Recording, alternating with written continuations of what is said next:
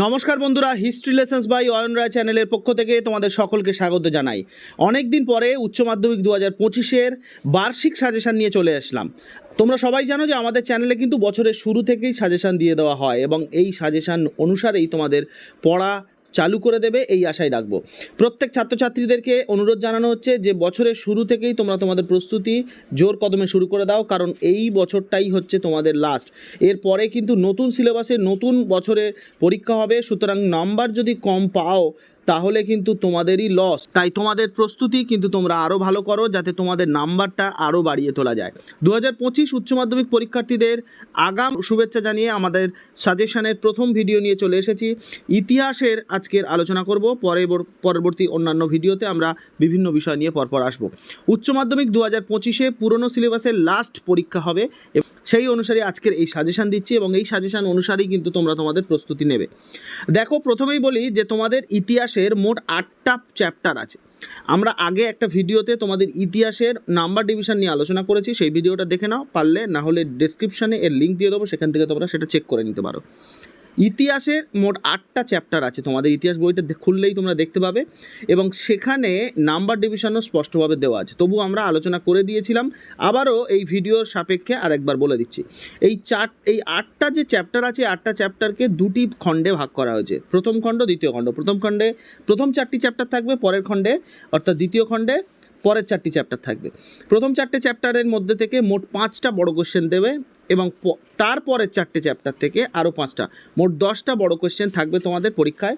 তার মধ্যে লিখতে হবে মোটে তোমাদের 5টা এবং এই 5টা যে বড় কোশ্চেন তোমরা লিখবে, প্রতিটা প্রশ্নের মান থাকবে 8, সুতরাং 8 5 40, যেমনটা ঠিক 11-এ হয়েছে।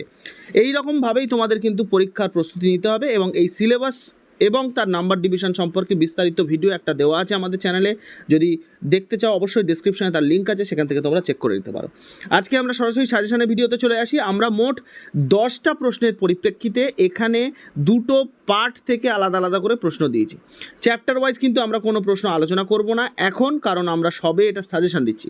সাজেশনের পরে যখন আমরা আমাদের এই সাজেশন অনুসারে প্রশ্ন প্রোভাইড করা শুরু করব এবং অ্যান্সার প্রোভাইড করা শুরু করব, তখন কিন্তু চ্যাপ্টার ওয়াইজ প্রশ্ন এবং তার পাশাপাশি অ্যান্সার আলোচনা করব এবং প্রত্যেকটি প্রশ্ন নিয়েও কিন্তু বিস্তারিত ভিডিও থাকবে। তাই আশা করি আমাদের এই ভিডিওগুলো তোমাদের খুব উপকারে লাগবে এবং আমাদের ভিডিওগুলো শেষ পর্যন্ত তোমরা সঙ্গে থাকবে। দেখো, প্রথম যে প্রশ্নটা বলা হয়েছে যে পেশাদারি ইতিহাস বলতে কী বোঝো, পেশাদারি ও অপেশাদারি ইতিহাসের মধ্যে পার্থক্য লেখো। খুব ইম্পর্টেন্ট, ভেরি ভেরি ইম্পর্টেন্ট একটি প্রশ্ন এবছরের জন্য, কারণ তোমরা সবাই জানো যে আগের বছরে কিন্তু এই প্রশ্নটা ছিল না। আগের বছরে মিউজিয়াম থেকে একটি প্রশ্ন এসেছে, অর্থাৎ 2024-এ তোমরা যদি প্রশ্ন দেখো তাহলে দেখতে পাবে এখানে মিউজিয়াম থেকে একটা প্রশ্ন তোমাদের দেওয়া হয়েছে এবং এই মিউজিয়ামের যে প্রশ্ন, সেই মিউজিয়ামের প্রশ্নের সাথে কিন্তু আরেকটা প্রশ্নও ছিল, যেটা স্মৃতিকথা বা মিথ নিয়ে।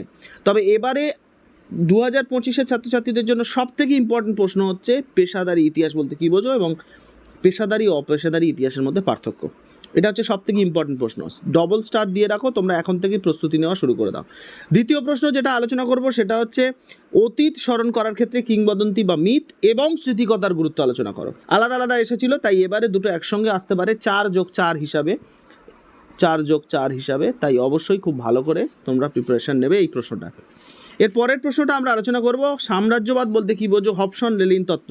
খুব ইম্পর্টেন্ট, দ্বিতীয় চ্যাপ্টার থেকে এই প্রশ্নটা অবশ্যই তোমরা দেখবে। এরপরে উপনিবেশবাদ বলতে কী বোঝো, এর সাথে সাম্রাজ্যবাদের পার্থক্য, অর্থাৎ উপনিবেশবাদের সঙ্গে সাম্রাজ্যবাদের যে পার্থক্য আছে সেই পার্থক্যগুলো আলোচনা করো। এটা ততটা ইম্পর্টেন্ট নয়, তোমরা দেখে নেবে একবার।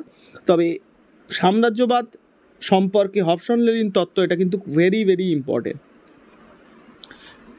এছাড়াও একটা প্রশ্ন তোমরা অবশ্যই দেখে যেতে পারো প্রথম চ্যাপ্টার থেকে, সেটা হচ্ছে মিথ কাকে বলে, মিথ ও কিংবদন্তির মধ্যে পার্থক্য।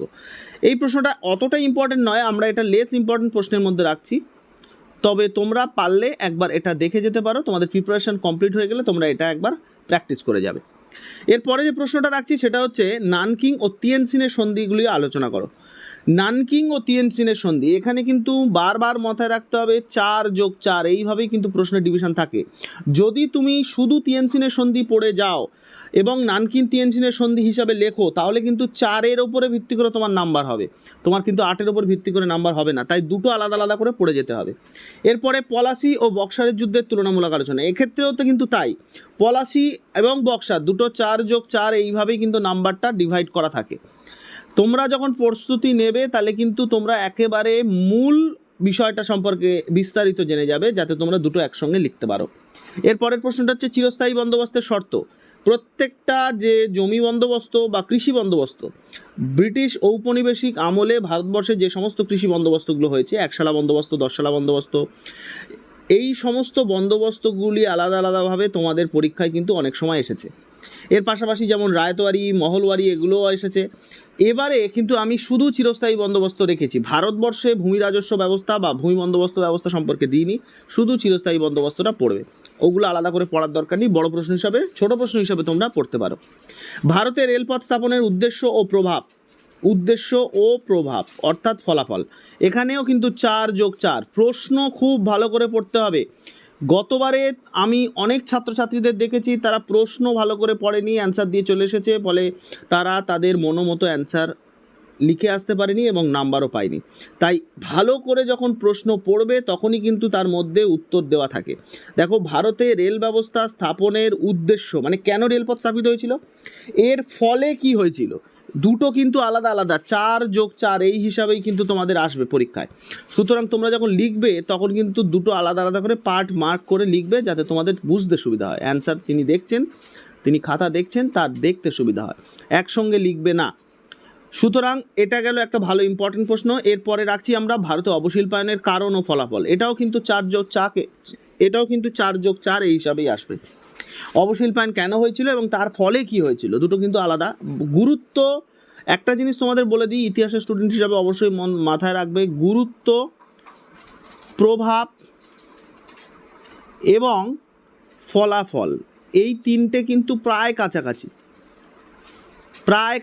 তাহলে যদি পরীক্ষার সময় তোমাদের প্রশ্নে গুরুত্ব আসে তাহলে কিন্তু প্রভাব বা ফলাফল পড়ে গেলে এটাই লিখে দিতে আসতে পারো, বা প্রভাব আসলে ফলাফল পড়ে গেলে সেটাও লিখে আসতে পারো, একই বিষয় প্রায় কাছাকাছি। সুতরাং যে কোনো একটা লেখা থাকলে, যেমন ধরো আগের প্রশ্নটায় আমরা বলেছি কারণ ও ফলাফল, এই ফলাফল বলেছি, তাহলে এখানে ফলাফল তোমরা লিখছো।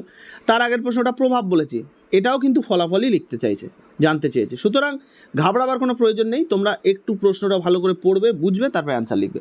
পরের প্রশ্ন দেখো, 11 নম্বরের প্রশ্ন রেখেছি, ভারতবর্ষের সমাজ সংস্কারের ক্ষেত্রে রাজা রামমোহন রায়ের অবদান আলোচনা করো। গত বছর অর্থাৎ 2024 পরীক্ষার প্রশ্ন যদি তোমরা দেখো তাহলে কিন্তু এখানে ঈশ্বরচন্দ্র বিদ্যাসাগর এসে গেছে। তো ধরে নেওয়া যায় এবারে রাজা রামমোহন রায় আসার চান্স অনেক বেশি, ঈশ্বরচন্দ্র বিদ্যাসাগর আসবে না, এটা অনেকটাই আমরা নিশ্চিত। তাহলে রাজা রামমোহন রায়টা অবশ্যই খুব ভালো করে আমাদের দেখে যেতে হবে। এক্ষেত্রে রাজা রামমোহন রায় যখন পড়বে শুধুমাত্র সমাজ সংস্কারক হিসাবে তোমরা পড়বে। এখানে কিন্তু তোমার রাজা রামমোহন রায়ের শিক্ষা সংস্কার বা শিক্ষার ক্ষেত্রে যেমন অ্যাংলো বৈদিক স্কুল তো স্থাপন কিংবা হিন্দু কলেজে তার অবদান, এগুলো খুব একটা বেশি ইম্পর্টেন্ট দেওয়ার দরকার নেই, তোমরা শুধু এগুলো পড়বে সমাজের ক্ষেত্রে এর প্রভাব কী ছিল এই হিসাবে। সুতরাং সমাজ সংস্কারের ক্ষেত্রে রাজা রামমোহন রায়ের অবদান। এইটা গেল আমাদের বিভাগ কয়ের প্রশ্ন, অর্থাৎ দুটো পার্টে ভাগ করেছিলাম আমরা, প্রথম 4টে চ্যাপ্টারের মধ্যে থেকে এই বড় কোশ্চেনগুলো তোমাদের দেখে যেতে হবে। এর পরে যেটা থাকবে যে প্রশ্নগুলো, সেগুলো হচ্ছে দ্বিতীয় পার্ট, অর্থাৎ পরের 4টি চ্যাপ্টার থেকে। পরের 4টি চ্যাপ্টারের মধ্যে প্রথম যে প্রশ্নটা আমরা রেখেছি সেটা হচ্ছে ভারত শাসন আইন 2024 কিন্তু 1909 অর্থাৎ মরলে মিন্টো শাসন সংস্কার বা রিফর্ম অ্যাক্ট এসে গেছে। সুতরাং এবছর অর্থাৎ 2025 এইটা রিপিট হবে না, এটা ধরে নেওয়া যায়। তাহলে এইটা যদি আমরা বাদ দিই তাহলে 1919টা খুব গুরুত্ব সহকারে দেখতে হবে আমাদের, অর্থাৎ মন্টেগু চেমসফোর্ড। অনেক সময় অনেকবারে প্রশ্নের ক্ষেত্রে শুধু মন্টেগু চেমসফোর্ড দিয়ে দেয়, অথচ অনেক ছাত্রছাত্রী জানেই না যে 1919 সালেই মন্টেগু চেমসফোর্ড শাসন সংস্কার হয়েছিল, ফলে তারা পড়ে এসেও উত্তর লিখে আসতে পারে না। এইটা হচ্ছে যারা প্রশ্ন তৈরি করেন সেই নির্মাতাদের একটু চালাকি। এক্ষেত্রে তোমাদের একটু মাথায় রাখতে হবে যে মন্টেগু চেমসফোর্ড মানে হচ্ছে 1919 বা 1919-এর রিফর্ম অ্যাক্ট বা 1919-এর শাসন সংস্কার আইন, আর মরলে মিন্টো মানে হচ্ছে 1909, ঠিক তার 10 বছর আগে যেটা করেছে।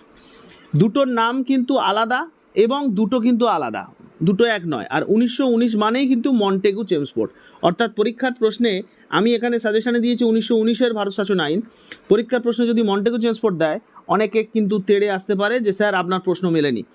এক্ষেত্রে তোমরা মাথায় রাখবে যে দুটো একই। দ্বিতীয় যে প্রশ্ন সেটা হচ্ছে রাওলাট আইনের উদ্দেশ্য কী ছিল এবং গান্ধীজি এর বিরোধিতা করেছিল কেন। এইটা কিন্তু 4+4 হিসাবেই পড়বে। রাওলাট আইনটাই বড় করে পুরো লিখে দিলাম এবং সব শেষে লিখে চলে আসলাম, ভাবলাম 8 নম্বরে অ্যান্সার করে এসেছি, না তা হবে না। কিন্তু রাওলাট আইনের উদ্দেশ্য কী ছিল, কেন রাওলাট আইন চালু করা হয়েছিল, এইটা যেমন 4 নাম্বার, তেমনি গান্ধীজি এর বিরোধিতা করেছিলেন কেন, সেইটা হচ্ছে 4 নাম্বার। সুতরাং বুঝে প্রশ্নের উত্তরগুলো লিখতে হবে। পরের প্রশ্ন, লখনৌ চুক্তি 1916 এর প্রভাব আলোচনা করো। শর্ত আলোচনা করো এবং প্রভাব, মানে লখনৌ চুক্তিতে কী কী শর্ত দেওয়া হয়েছিল এবং এর ফলাফল কী হয়েছিল। আমরা জানি লখনৌ চুক্তির ফলে মুসলিম লীগ এবং জাতীয় কংগ্রেস ঐক্যবদ্ধ হয়েছিল এবং এটা বড় গুরুত্বপূর্ণ প্রভাব। এছাড়াও আরও অনেক ছোটো ছোটো প্রভাব আছে, সবটাই লিখতে হবে 4 নাম্বারের জন্য। তাহলে এটাও কিন্তু 4+4 এই হিসাবেই পড়তে হবে। ভারত ছাড়ো আন্দোলন সম্পর্কে টিকা, এখানে কিন্তু ভারত ছাড়ো আন্দোলনটা পুরোটাই তোমাদের পড়তে হতে পারে। সুতরাং একটাই 8 নম্বরের প্রশ্ন অ্যান্সার, ভারত ছাড়ো আন্দোলন সম্পর্কে টিকা। অনেক সময় এখানে ভারত ছাড়ো আন্দোলনে নারীদের ভূমিকাও একটা সাব কোয়েশ্চেন হিসাবে তোমাদের এর সঙ্গে দিয়ে দেয়, তখন এটা 4+4 এই হিসাবে আসবে। এরপরে যে প্রশ্নটা আমরা দেখব সেটা হচ্ছে ভারতের স্বাধীনতা সংগ্রামে ইতিহাসে সুভাষচন্দ্র বসুর অবদান। আইএনএ বা সুভাষচন্দ্র অবদান একই, কাছাকাছি, তোমরা একই প্রশ্নের উত্তর হিসাবেই এটা পড়তে পারো। দ্বিতীয় প্রশ্ন, জোট নিরপেক্ষ আন্দোলন এর সম্পর্কে একটি টিকা, এটা 4 নম্বর, পুরোটাই লিখতে হবে। এটা 8 নম্বরের, পুরোটাই লিখতে হবে। অর্থাৎ কেন জোট নিরপেক্ষ আন্দোলন শুরু হয়েছিল, জোট নিরপেক্ষ আন্দোলন কী, এর প্রভাব কী হয়েছিল, পুরোটাই লিখতে হবে। এর পরের প্রশ্ন, সুয়েজ সংকটের কারণ ও ফলাফল, কারণ চেয়েছে এবং তার ফলাফল চেয়েছে, এর প্রভাব কী হয়েছিল সেটাও লিখতে হবে। বাংলাদেশে মুক্তিযুদ্ধের পরিচয় দাও, মানে মুক্তিযুদ্ধ কী সেটা লিখতে হবে এবং এক্ষেত্রে ভারতের ভূমিকা কী ছিল, এই প্রশ্নটার অ্যান্সারও লিখতে হবে। এটা কিন্তু খুব ভালো প্রশ্ন, অবশ্যই তোমরা একবার দেখবে। এবং মার্শাল পরিকল্পনা ও ট্রুম্যান নীতি সম্পর্কে আলোচনা করো। এই প্রশ্নগুলো যদি তোমরা ফাইনাল পড়ে যাও পরীক্ষার প্রস্তুতি হিসাবে, এর মধ্যে থেকে তোমরা তোমাদের 5টি কাঙ্ক্ষিত প্রশ্ন পেয়ে যাবে। এটা আমাদের চ্যানেলের তরফ থেকে চ্যালেঞ্জ। তোমরা শুরু থেকেই যাতে বছরের সেই প্রস্তুতি নিতে পারো, তাই জন্যই কিন্তু একদম বছরের শুরুতে আমরা একটা সাজেশন দিয়ে দিই। এই সাজেশনটাকে জেনারেল সাজেশন হিসাবেও ধরতে পারো কিংবা বার্ষিক সাজেশন হিসাবেও ধরতে পারো। এই অনুযায়ী তোমরা পড়ে যাও। এর বাইরেও 1-2 প্রশ্ন হয়তো পড়তে হতে পারে, সেটা আমরা সময়ের সাথে সাথে সাজেশন যত আরও গভীর হবে এবং যত সময় এগোবে তত আমরা সেই বিষয়টা নিয়ে আলোচনা করব এবং তোমরা নিজেরাও বুঝতে পেরে যাবে যে কোন প্রশ্নটা ইম্পর্টেন্ট, কোন প্রশ্নটা লেস ইম্পর্টেন্ট। আশা করি আজকের ভিডিওটা তোমাদের কাছে খুব উপকারে এসেছে। এরকম ভিডিও আরও পাওয়ার জন্য অবশ্যই আমাদের চ্যানেলের সঙ্গে থাকো এবং যারা এখনও পর্যন্ত নতুন আমাদের চ্যানেল দেখছো তারা অবশ্যই হিস্ট্রি লেসন্স বাই অয়ন রায়কে সাবস্ক্রাইব করো, কারণ আমরা প্রত্যেকটি প্রশ্ন, যে কটা প্রশ্ন আলোচনা করলাম, প্রত্যেকটা প্রশ্নের অ্যান্সার সমস্তই পরপর কিন্তু ভিডিও আকারে নিয়ে আসবো এবং বিস্তারিত আলোচনা করে। তখন কিন্তু প্রত্যেকটি ভিডিও তোমরা থাকবে, উপস্থিত থাকবে এবং দেখবে, তাতে তোমাদের পরীক্ষার প্রস্তুতি ভালো হবে এবং সমস্ত অ্যান্সারগুলো ভালোভাবে তৈরি হয়ে যাবে। সুতরাং এইরকম ভিডিও আরও পাওয়ার জন্য অবশ্যই আমাদের channel history lessons by Ayan রায়ের পাশে থাকো। Thanks for watching. এরকম আরও ভিডিও আমরা পরপর নিয়ে আসবো বিষয়ভিত্তিক।